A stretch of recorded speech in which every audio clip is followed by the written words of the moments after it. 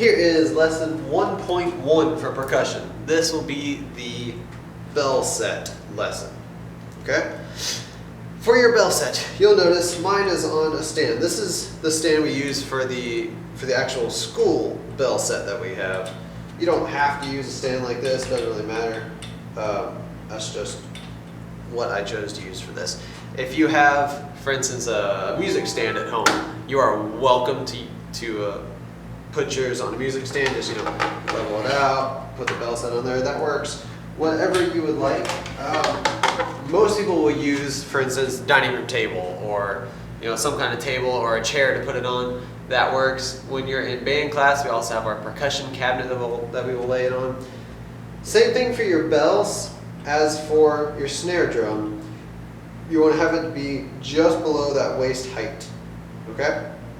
So, go ahead and take your bell set out, get it set up. When you have your mallets, you'll see there are two different sized heads. Okay? You have one that's more of a round sphere. You have one that is more of a flattened sphere. We are going to use the spherical side, okay? So no flatness. We will discuss later on in class what the differences are volume-wise and tone quality-wise, but for now, just use the sphere, okay? All right, we will be on page 6. We're going to read all 4 lines on that page. I'm sorry, all 7 lines on that page. But the first thing I want you to do, as always, is read everything that's in orange at the top. That is the important part. Your treble clef, that's what your treble clef looks like.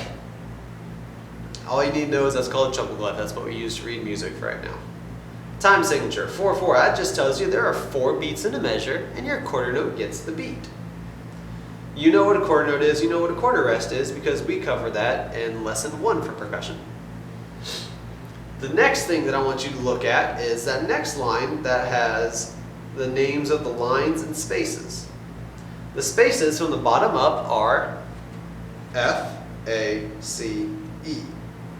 Okay, and you have letters on your keyboard so you can find out where those notes are. But the 4 spaces on your staff in music, that is F-A-C-E, that spells out face. Then you have your 5 lines in the staff. From the bottom up are E, G, B, D, F. Please memorize those. That will help you read music much, much faster if you have that memorized. Okay. Now it's time to play number 1.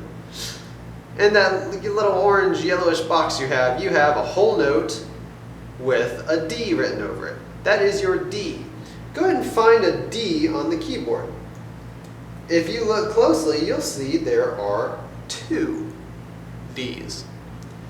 The D that's written on here is going to be the bottom one. Okay?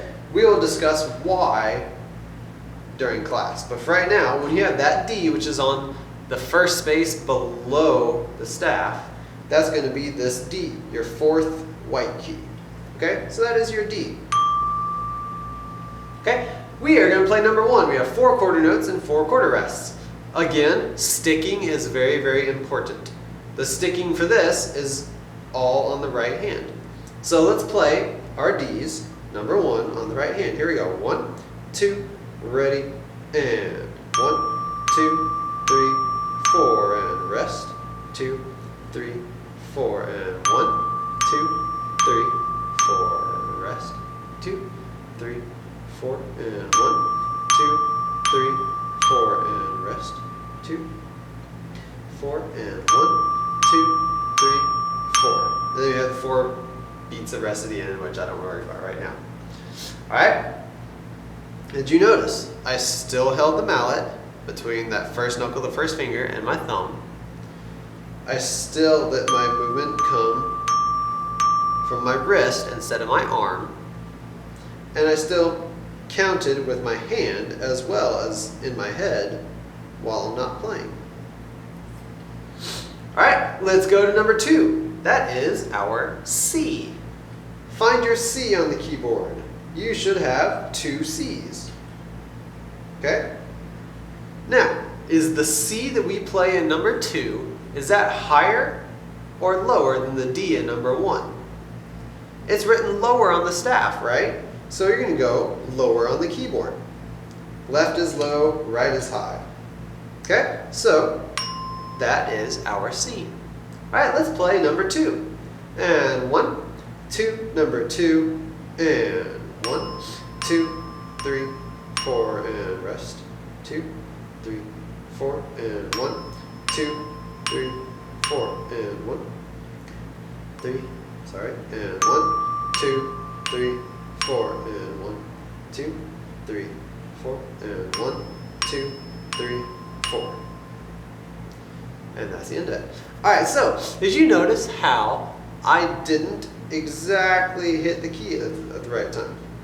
My left hand is weaker, so I need to practice more with my left hand in order to get the hit correctly. Did you also notice that you're supposed to use your left hand in number 2? We have those L's written under the notes. You have to check for that every single time, okay? Now, did you notice how some notes, they don't vibrate, but why does the sound continue then? When you strike, you have to pull the mallet up right after you strike. If you let it stay on the key, it's not going to vibrate. That's what we're looking for pitch-wise. All right, now take a look at number 3. We have D's and C's. Now you'll notice there is no lettering written. There's no L's or R's. So how do we know what note to play? Basically, the higher a note, the more you're going to use. The higher note you use right hand first, lower note you use the left hand. We only have 2 notes. We have D's and C's. So a D is higher, so I'm going to do D on my right with my right hand. C is lower, so I'm going to do C in my left hand. So number 3 should be all your D's on the right hand, all your C's on the left hand. All right, here we go. Let's play it. Number 3. 1, 2, ready, and 1, 2, 3, 4. 1, 2, 3, 4. 1, 2, 3, 4. 1, 2, 3. 1, 2, 3, 4. 1, 2, 3, 4. And 1, 2, 3, 4. And that's number 3. All right, now, did you get correct sticking? Did you do right hand only on the D's? Did you do left hand only on the C's? If you did, good. All right, we are going to number 4. That is a B flat. Go ahead and find your B flat on the keyboard.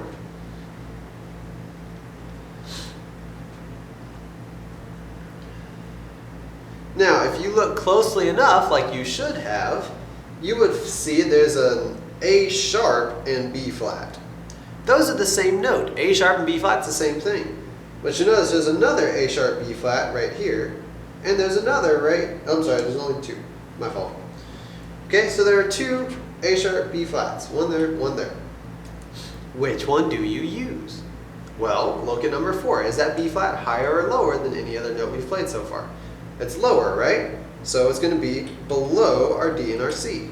So that's your B flat. Now look at the sticking there. It alternates. We're going to do the top sticking first. Right, left, right, left. Here we go. 1, 2, number 4, and 1, 2, 3, 4. 1, 2, 3, 4. 1, 2, 3, 4. 1, 2, 3, 4. 1, 2, 3, 4. 1, 2, 3, 4. Ah, I missed that one. When you play, make sure that your hands, your mallets stay very, very close to the key. Did you notice before I started, I got really close? If I'm starting up here, is there a chance I'm going to hit the key? There's a chance. But that doesn't really work. So you have to keep the mallets right there so you can just come up and hit. Okay? Alright, now let's turn it around. Look at number 4, do the bottom lettering. L, R, L, R. Left, right, left, right. Here we go. 1, 2, ready, and 1, 2, 3,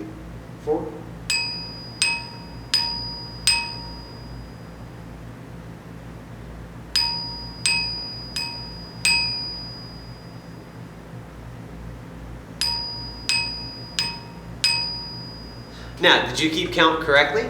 I didn't count for you this time, so did you count? If you did, good. If not, you need to go back and do this again and count it. You have to be counting in your head all the time.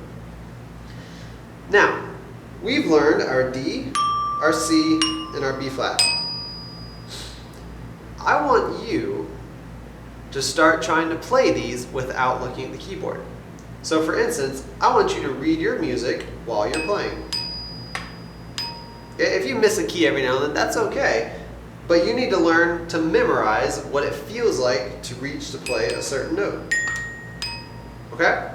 All right, look at number 5. We are changing notes now.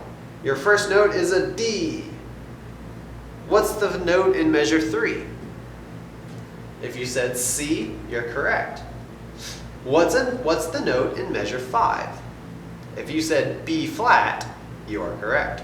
Okay, so let's play number 5. Now, you'll also notice there's no sticking written in. So what does that mean for us? If there's no sticking, that means you get to make it up. And here's our rule for sticking. We alternate. Okay? So if there's 4 notes in a row, that's incorrect. That is correct. We want to alternate hands every time. So let's play number 5. You notice I am already having my mallets over the right note, and they are ready to go. Here we go, number 5. 1, 2, ready, and 1, 2, 3, 4. 1, 2, 3, 4. 1, 2, 3, 4. Okay, did you notice?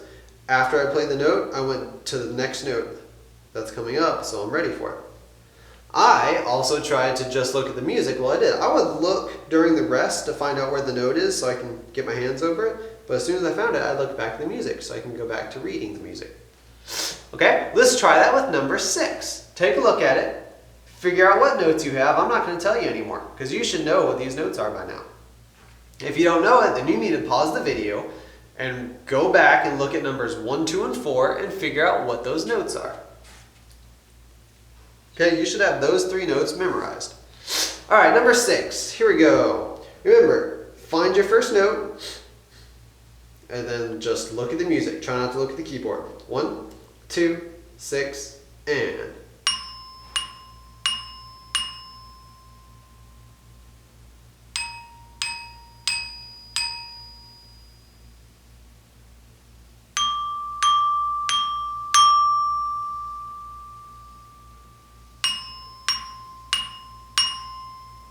Now, did you count?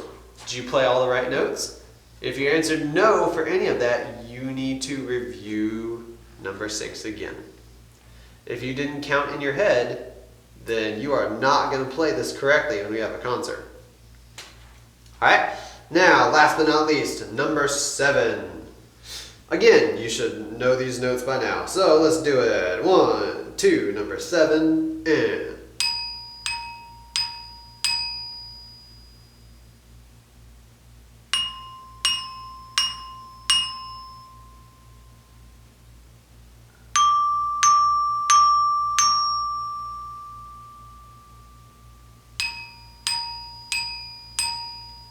Did you count? I did. I counted in my head so I wouldn't be late at all. And after I played my first note, I looked at the keyboard really quickly so I could find the next note, then I looked right back at the music so I could play. Okay? That is your goal for mallets. Okay? This was lesson 1.1 for percussion. Thank you.